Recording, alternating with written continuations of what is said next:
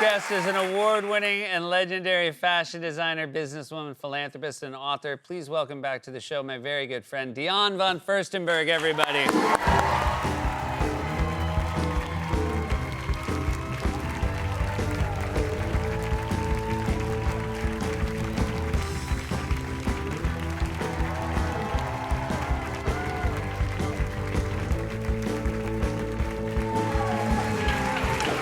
Welcome back, dear friend. I know. It's so lovely to have you here. Now, you are someone who obviously loves fashion, loves dressing up, and yet Halloween is not your favorite holiday. I hate Halloween.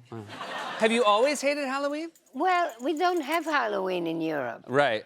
So when I first came to America, there was this holiday where you're supposed to give candies to kids who come, but then some candies are poison. Yeah. And it's also scary. Yeah, well, I think it was smart when we stopped doing the poison candy part. In the 70s in New York City, though, baby. I know, but it's very. And then the first time I lived in a building, and so we did. I mean, which is pathetic. Trick or treat, going from floor to floor. Yeah.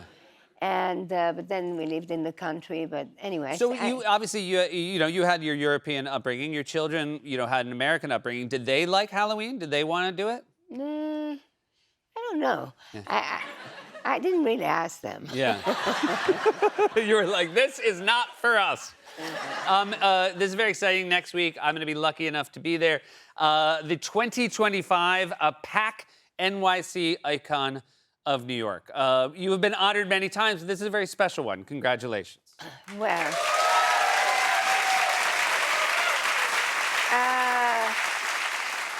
all right, so Mayor Bloomberg calls me. Yep. And Mayor Bloomberg on the phone, okay? Yeah. He said, "You're the only icon I know, so you have to say yes." Oh, he's very, very bossy, yeah. And so I said yes. Of course, I'm not the only icon he knows. And so, well, explain what it's for. Well, I mean, it is...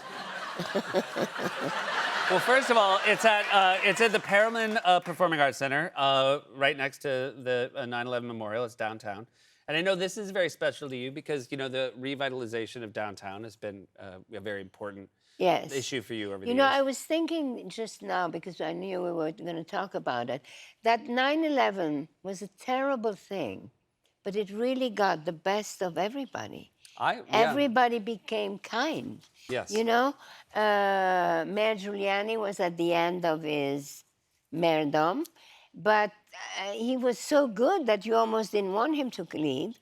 And then Mayor Bloomberg came, and everybody was very helpful to one another.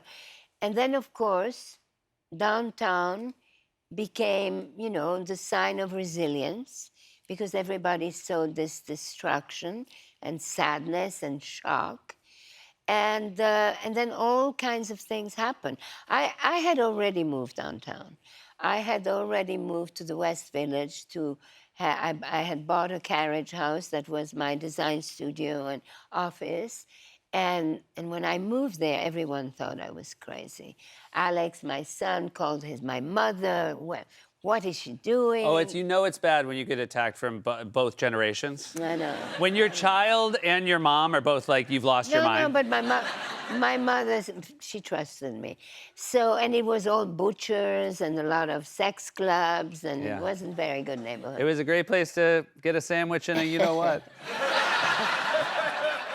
But talking about sandwich... Yeah. There was a diner called Florent. Of course, yeah. And it was a great diner where everyone met. Artists and painters and truck drivers and sex workers. Yeah. And in there, I met these two young guys. And they had a dream. And the dream was to this elevated train and to take that and turn it into a park. And so they approached me and we talked, And so I offered to do a fundraiser at the studio for them. And we had a lot of difficulties, but a few years later, it's the High Line, and it's a number.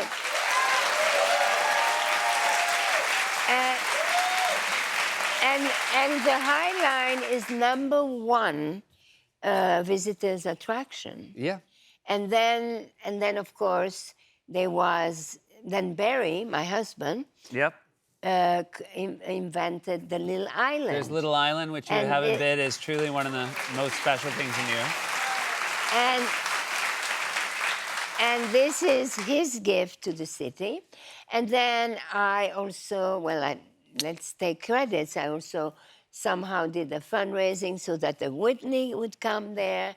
So in a sense, I'm a little bit the godmother of the neighborhood. Yeah, I mean, it's a great neighborhood. You're so much more than that woman who hates Halloween, you know. Do you ever walk around this neighborhood that you're sort of the godmother of? Do you ever walk around Little Island? Do you ever? Yeah, occasionally, Yeah. sure. Yes. No, I did more before, but yes, yes. You know, when you move in the neighborhood, you want to be part of the neighborhood. So it happened. Well, I think we're all in your debt and Barry's debt for doing so much to make that part of the city so beautiful and welcoming. And I'm very much looking forward to you getting your Icon Award next week, and I'm very flattered that I will be there. You guys, there is no one else quite like Dion von Furstenberg.